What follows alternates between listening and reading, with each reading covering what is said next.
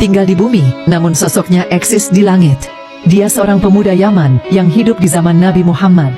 Dia bukan orang yang kaya, melainkan hanya seorang fakir, dan hanya hidup berdua dengan ibunya, yang lumpuh dan buta. Sehari-hari, penghasilannya dari menggembala domba, hanya cukup untuk makan ibunya.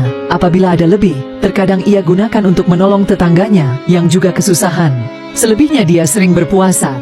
Hidupnya hanya ia gunakan untuk beribadah kepada Allah dan berbakti kepada ibunya, untuk memenuhi permintaan terakhir ibunya yang ingin menunaikan haji. Ia membeli seekor anak lembu, dan setiap hari ia selalu menggendong lembu itu naik turun bukit. Bahkan ia selalu dianggap gila oleh orang-orang karena menganggap aneh kelakuannya. Tiada kenal lelah, setiap hari dia menggendong lembu itu, hingga lembu itu bertambah besar, seiring dengan besar otot pada tubuhnya. Ternyata ia sedang latihan untuk menggendong ibunya menuju Mekah. Dia rela menempuh perjalanan jauh dan sulit, demi memenuhi keinginan ibunya berhaji. Dialah Uwais Al-Qarni, sang pecinta Rasulullah, tapi tidak ditakdirkan bertemu dengan beliau.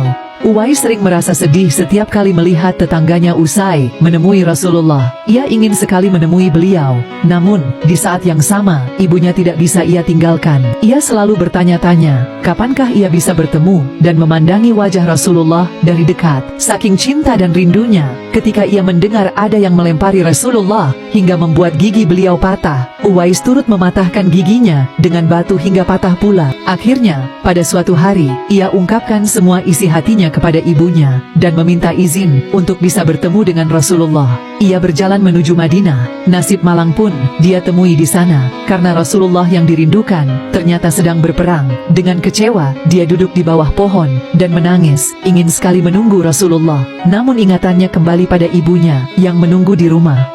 Rasulullah menceritakan kepada para sahabat, kalau kalian ingin berjumpa dengan Uwais, perhatikanlah ia mempunyai tanda putih di tengah telapak tangannya. Beliau juga menyarankan untuk meminta doa dan istighfar darinya, sebab ia adalah penghuni langit dan bukan penduduk bumi.